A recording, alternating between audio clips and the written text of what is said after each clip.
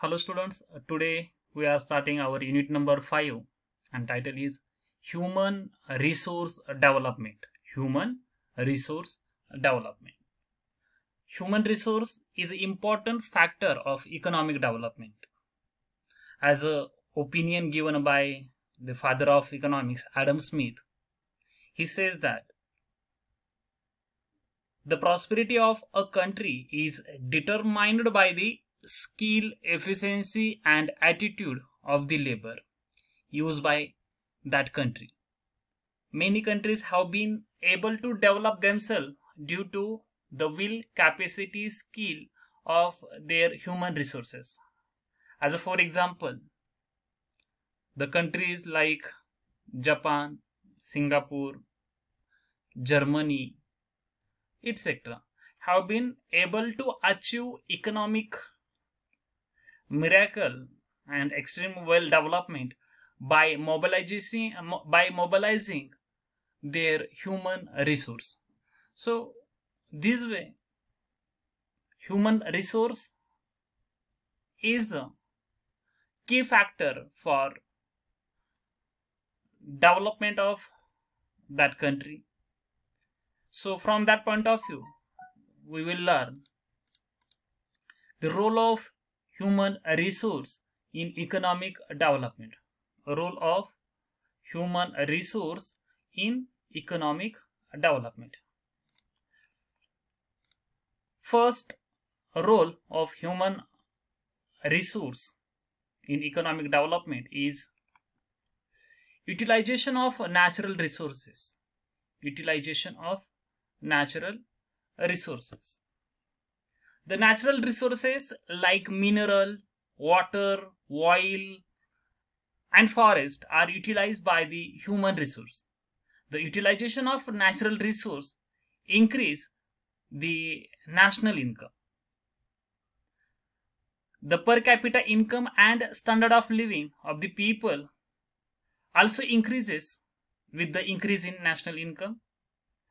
So the shortage of proper human resource is one of the cause of non-utilization of natural resources in the world. So human resource is must for utilization of natural resource. जसं आपण इंट्रोडक्शनच्या वेळेस discuss केलं की human resource जो आहे तर तो economic डेव्हलपमेंटचा एक महत्त्वाचा फॅक्टर आहे. आणि ॲडम स्मिथ यांनी सांगितलंय की कुठल्याही देशाची प्रगती, त्या देशाचा विकास हा त्या देशामध्ये असलेल्या लेबरच्या स्किल वरती, इफिशियन्सी वरती, ॲटिट्यूड वरती डिपेंड असतो, त्याने ठरत असतो.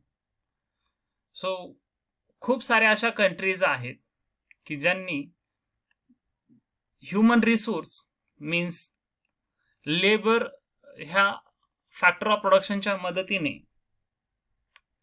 स्वतःला खूप चांगल्या प्रकारे डेव्हलप केलेला आहे. सिंगापूर सारखी कंट्री असेल, जपान सारखी कंट्री असेल, जर्मनी सारखी कंट्री असेल. सो मग त्यांचं यूज कशा स्वरूपाचं आहे तर ते आपण या ठिकाणी युटिलायझेशन ऑफ नॅचरल रिसोर्स हे जे आहे पहिलं पाहिलं तर कुठलाही देश आपली स्वतःची प्रगती जी आहे तर ती प्रगती त्यांच्याकडे उपलब्ध असलेल्या नैसर्गिक साधन संपत्तीचा वापर करून करत असते. आता आपण काही अरेबियन कंट्रीज जे आहेत, सौदी अरेबिया असेल, UAE असेल, तर ह्या ज्या कंट्रीज आहेत तर त्या श्रीमंत झालेल्या आपल्याला पाहायला मिळतात किंवा सधन झालेल्या पाहायला मिळतात.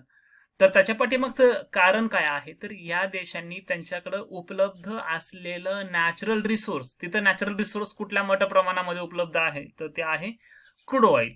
मग त्याचा वापर जो आहे तर तो करून त्यांनी त्यांचा आर्थिक विकास जो आहे तर तो काय केलेला आहे, करून घेतलेला आहे. तशाच स्वरूपामध्ये आपल्याकडे जे आहे, आपल्या देशामध्ये सुद्धा भरपूर मोठ्या प्रमाणावर नैसर्गिक साधन संपत्ती जी आहे तर ती उपलब्ध आहे. आता नैसर्गिक साधन संपत्तीमध्ये सगळ्याच गोष्टी येतात ज्या निसर्गाकडून आपल्याला मिळतात. पाणी असेल, फॉरेस्ट असेल, हवा असेल, तर ह्या सगळ्या गोष्टींचा वापर करून आपण आपला विकास, जमीन जी आहे म्हणजे आपण शेतीसाठी जी जमीन वापरतो, तर हे सुद्धा काय आहे, निसर्गाची एक देणगीच आहे, एक नॅचरल रिसोर्स आहे. तर आपण त्याचा वापर करून जो आहे तर ती आपली प्रगती करत असतो. सो मग आपण याचं युटिलायझेशन जे आहे जेवढं चांगल्या प्रकारे करू तेवढं चांगलं काय असणार आहे, नॅशनल इन्कम, पर्यायाने पर कॅपिटा इन्कम आणि स्टँडर्ड ऑफ लिव्हिंग सुद्धा चांगलं राहणार आहे त्या देशाचं. मग ज्या देशामध्ये पर कॅपिटा इन्कम वाढतंय, नॅशनल इन्कम वाढतंय, स्टँडर्ड ऑफ लिव्हिंग वाढतंय, म्हणजेच काय होतीये, इकॉनॉमिक डेव्हलपमेंट जी आहे तर ती त्या ठिकाणी होतीये. सो आपल्याला काही देशामध्ये समजा आपल्याला असंही पाहायला मिळतं की त्या देशामध्ये नैसर्गिक साधन संपत्ती विपुल प्रमाणामध्ये उपलब्ध आहे, परंतु ह्युमन रिसोर्सच्या लिमिटेशन्समुळं त्या ठिकाणी त्यांना इकॉनॉमिक डेव्हलपमेंट हव्या त्या प्रमाणामध्ये साधता येत नाही. म्हणून ह्युमन रिसोर्सचा एक महत्वाचा उपयोग काय आहे, रोल काय आहे, तर तो आहे युटिलायझेशन ऑफ नॅचरल रिसोर्स आहे, आणि ज्याच्या मदतीने आपली इकॉनॉमिक डेव्हलपमेंट जी आहे तर ती होत असते. Then second role of human resource in economic development is compensate the deficiency of natural resource. Compensate the deficiency of natural resource. The utilization of human resource can compensate the deficiency of natural resources. Many poor countries in natural resources have been able to achieve high economic and human development on the basis of the human resources. बरेचसे असेही देश असतात की ज्या ठिकाणी natural resources जे आहेत, नैसर्गिक साधन संपत्ती जी आहे तर ती मर्यादित प्रमाणामध्ये जे आहे तर ती उपलब्ध असते. मग त्या देशाच्या विकासावरती सुद्धा मर्यादा येतात, इकॉनॉमिक डेव्हलपमेंट वरती सुद्धा काय येतात, मर्यादा येतात. मग हे इकॉनॉमिक डेव्हलपमेंट वरती आलेली मर्यादा नॅचरल रिसोर्सेस कमी असल्यामुळं तर ती जी मर्यादा जी आहे तर ती ह्युमन रिसोर्सचा बेस्ट ऑफ बेस्ट युटिलाइज करून तर ती सुद्धा आपण भरून काढू शकतो, ती सुद्धा आपण भरून काढू शकतो.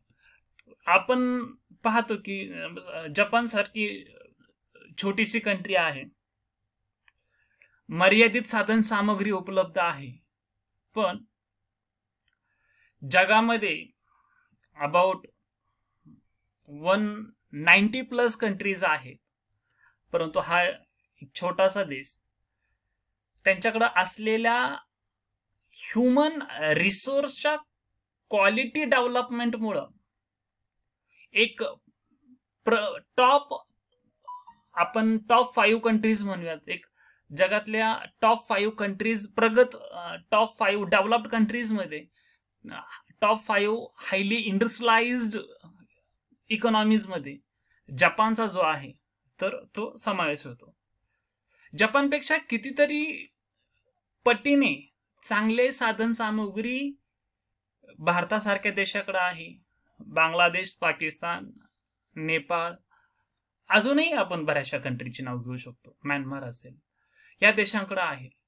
परंतु आपण जपान एवढी प्रगती आजही साध्य करू शकलो नाही. आणि ह्या देशांच्या प्रगतीमधला जर मग मुख्य अंतर जर पाहिलं तर आपल्याला ह्युमन रिसोर्स डेव्हलपमेंट मुळे हे अंतर निर्माण झाले तर हे पाहायला मिळतं. सो त्या देशांनी त्यांच्याकडे जे नॅचरल रिसोर्सेसची जी डेफिशियन्सी आहे तर ती ह्युमन रिसोर्स मीन्स लेबरच्या माध्यमातून त्यांनी ती कम्पेन्सेट केलेली आहे, ती भरून काढलेली आहे.